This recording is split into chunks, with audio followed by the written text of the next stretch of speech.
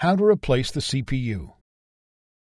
Before you begin, remove the side panel, the optical drive if installed, the front bezel, the hard disk drive.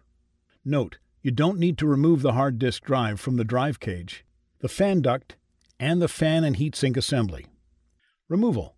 Gently press down the CPU load lever, and then push it to the side, away from the CPU socket, to allow it to rise to the spring-loaded position.